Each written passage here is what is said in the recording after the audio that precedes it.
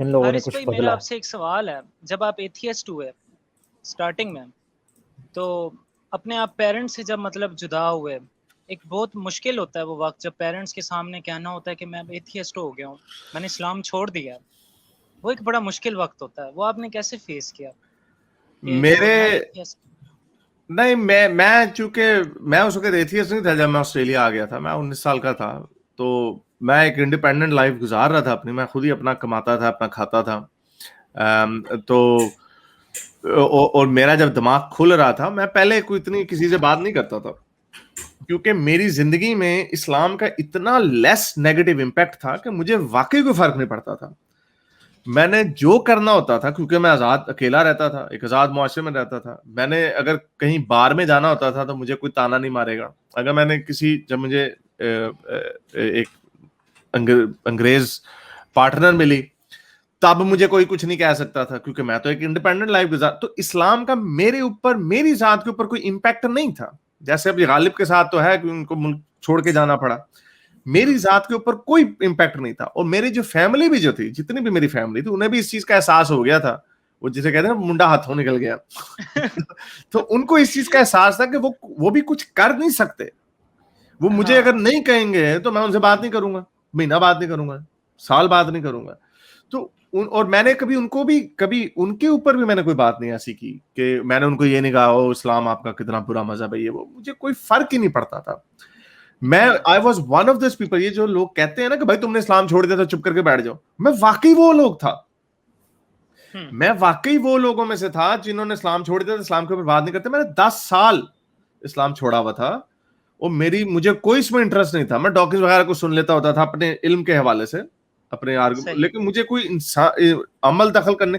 یہ تو جب میں نے دیکھا کہ میرے جیسے لوگ مزے سے زندگی گزار رہے ہیں، چپ کر کے عیاشی کر رہے ہیں، اور پاکستان میں جب انہوں نے کریک ڈاؤن کیا 2017 میں، لڑکوں کو اٹھانا شروع کیا، میں نے کہا یہ کیا بدماشی. یعنی ہم جیسے لوگ پھر جب چپ کر کے بیٹھے رہتے ہیں تو یہ کرتے ہیں. تب میں آیا تھا سامنے. مشال خان کو انہی دنوں میں قتل ہوا تھا، تب میں آیا تھا سامنے. یہ میں اکثر کہانی بتا چکا ہوں کہ میں نے جتنے کام کیے اور جتنے کام اب مزید لوگ کر رہے ہیں، ابھی جتنے ایکس مسلم اور ایتھیسٹ جو ابھی آگے آئیں گے، ان سب کے ذمہ دار یہ ہیں. اگر یہ اس طرح کی چولیں نہ مار رہے ہوتے، لوگوں کو نہ مار رہے ہوتے سڑکوں پہ، یہ گستاخی کے جو روز کیس چل رہے ہوتے، اگر یہ حرکتیں نہ کر رہے ہوتے تو آپ چپ رہتے، تو ہم چپ رہتے. نہیں، ہمیں تکلیف ہی نہیں تھی کوئی ہونی نا. ابھی دیکھیں، ابھی غالب نے جو بات کی کہ یہ لوگ جو سمجھتے ہیں کہ ڈرا کے، جو انڈیا میں کر رہے ہیں، کوئی الزام لگا دیا ہندوستان زندہ باد، مارنے لگ گئے اس کو. بھائی آپ کو ان جاہلوں کو کیا یہ لگتا ہے کہ آپ جتنا کسی کو دباؤ گے وہ چپ کر کے بیٹھ جائیں گے کہ وہ مجھے چانٹا پڑ جائے گا تو میں اس لیے بات نہیں کروں گا؟ یہ انسان کی تاریخ بھری پڑی ہے. جب لوگوں نے ظلم اٹھایا، ظلم کیا، لوگوں کو دبانے کی کوشش کی ہے، لوگ اٹھے ہیں. کبھی آپ کو تاریخ میں ایسی جگہ نہیں ملے گی. قومیں 100 سال بھی غلام رہ سکتی ہیں، لیکن وہ اٹھتی ضرور ہے. ان کے اندر کوئی نہ کوئی سوچ میں تبدیلی آتی، قوم ہی پوری بدل جاتی ہے. یہ ابھی جو اس کو ہم اسلامی جمہوریہ پاکستان مسلمان ملک کہتے ہیں، 96% مسلمان ہیں. کسی کے باپ بھی یہ گارنٹی نہیں دے سکتا کہ آج سے 20 سال بعد یہ ڈیموگرافک چینج ہو کے 20% ایتھیسٹ نہیں ہوں گے. پوری دنیا میں ہو رہا ہے. ٹیونیزیا میں 30% ایتھیسٹ ہیں، ایران میں 33% ایتھیسٹ ہیں، ایران جیسے ملک میں، سعودی عرب میں تقریباً 10% ایتھیسٹ ہیں، ایجپٹ میں کوئی 12-13% ایتھیسٹ ہیں. یہ ڈیموگرافک چینج ہو رہا ہے اور یہ چینج ہو جائے گا. کسی کا باپ نہیں کہہ سکتا کہ کل کو پاکستان کی، جس کو ہم اب پاکستان جس کو ہم کہتے ہیں، اس میں ظاہر بات ہے 95% مسلمان بستے ہیں، وہ 95% سے کم ہو کے 70% ہو جائیں گے. پھر کیا ہوگا؟ پھر آپ کی اسمبلی میں کیا ڈیبیٹ ہو رہی ہوگی؟ اسی لیے یہ کام انسان آتے ہیں، انسان کام کرتے ہیں. اور اسلام، انسان کی اپنی بھی کوئی ویلیو نہیں ہوتی. یہ میں وہ بک پڑھ رہا تھا، یہ میں نے 2-3 دفعہ یہ ریفرنس دے دیا ہے. مارکس نے بھی کہا، اینگلز نے بھی یہ کہا، سی کار ایک اسکاٹش تھنکر تھا، اس نے بھی یہ کہا کہ انسان میں تھوڑی سی بیسک کوالٹیز تو ہوتی ہیں کیریزما وغیرہ کی، لیکن اس کو بڑا انسان بناتا وہ ہے جو اس کے سرکمسٹانسز ہوتے ہیں. سرکمسٹانسز انسان تو ہمارے سرکمسٹانسز ہیں. یہ اگر میں کوئی کام کر رہا ہوں تو مجھے سرکمسٹانسز نہیں کیا، نہ ہی اٹھاتے 2017 میں کہتا تو نہ ہوتا. میں نے قوم سے خطاب کب شروع کیا؟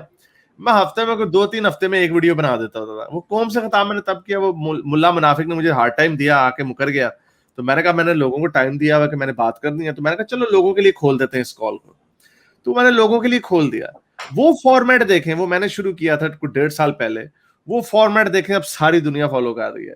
یہ سارے لوگ وہ فارمیٹ فالو کر رہے ہیں کہ لنک ڈال دیا پہ چیٹ میں اور لوگ کر. تو اس کا بھی ذمہ دار ایک مومن تھا جو اسلام کا جھنڈا لے کے آیا تھا. تو یہ اب ان کے گلے کی ہڈی بن گئی ہے یہ 1 to 1 جو ہے نا وہ. اچھا حارث بھائی, میں نا آپ کی ڈبیٹ دیکھنا چاہتا ہوں مفتی طارق مسعود صاحب کے ساتھ. بس یار تو وہ کہتے ہیں کریں کہ گے ایک ڈریم ہوتا ہے, ایک ویژن آپ کا ہونا چاہیے, آپ کی ڈبیٹ ہونی چاہیے. بھائی کسی دن کہیں پہ بھی کہہ دو, یہ میں اکثر بتا چکا ہوں. 2019 میں جب انہوں نے پہلی دفعہ میرا سنا تھا تو ان کے ڈبیٹر نے مجھے بھیجا, ان کے ایڈمن نے, کہ میرے سے ڈبیٹ کر لیں. میں نے کہا ہاں بھائی, میں اس وقت نیا میں نے کہا ہاں بھائی ضرور سر ضرور کریں, مفتی صاحب کی بھی ٹائم. تو ہفتے 1.5 ہفتہ میں نے ویٹ کیا, مفتی صاحب کے اسی بندے نے کہا نہیں وہ دیکھیں مفتی صاحب نا فیس ٹو فیس ڈبیٹ کرنا چاہتے ہیں. میں نے کہا میں پاکستان تو آنے سے رام ہے. تو میں نے کہا اچھا چلو, میں ہمیشہ لوگوں کو ان کے فیس ویلیو پہ میں لیتا ہوں, حسن زر پہ لیتا ہوں, اور مجھے اس کا نقصان اٹھانا پڑتا ہے. بہت نقصان اٹھایا میں نے اس کا, اور میں I will not give up this trade. یہ میرا خیال یہ میری خوبی ہے ایک. تو مفتی صاحب چپکے سے 2019 کے اینڈ میں آسٹریلیا آئے, میرے شہر میلبرن میں آئے, تبلیغیں کرتے گئے, چپکے سے نکل بھی گئے. ابھی ادھر ہی تھے, مجھے پتا ہے کسی نے مفتی صاحب آسٹریلیا آئے, میں نے میسج بھجوایا, میں نے کہا یار یہ تو ادھر آئے ہوئے.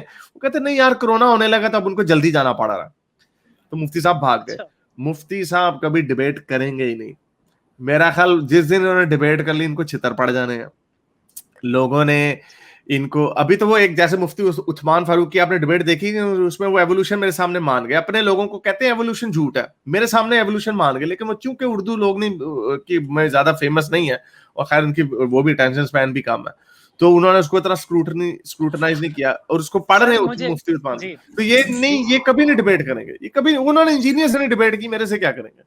سر مجھے آپ کی وہ والی یاد ہے ڈبیٹ, وہ مفتی مبشر صاحب کے ساتھ, وہ جو آپ کی ڈبیٹ وہ ڈبیٹ نہیں تھی, وہ تو نہیں, وہ تو ڈبیٹ نہیں تھی, وہ تو بس ایسی, وہ تو ایک طریقے کی تو تباڑی تھی, وہ تو خیر نہیں تھی اچھی چیز. وہ کامیڈی تھی, وہ کامیڈی تھی, وہ کامیڈی تھی. اور وہ آبویسلی اس کامیڈی کا مقصد دیکھیں, میں جب کسی سے بات کرتا ہوں نا, مجھے 2 چیزوں میں دیکھ لیتا ہوں, کیا اس کی کوئی انٹلیکچوئل ویلیو ہے اس بندے کی, نہیں اس کنورسیشن کی, یا اس کی کامیڈی ویلیو ہے.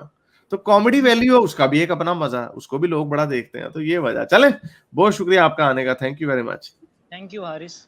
اوکے, بہت شکریہ. میرے اس نیک کام کو جاری رکھنے کے لیے مجھے پے پیل یا پیٹریون پہ ضرور سپورٹ کیجیے, تاکہ میں اپنا پیغام زیادہ سے زیادہ لوگوں تک پہنچا سکوں.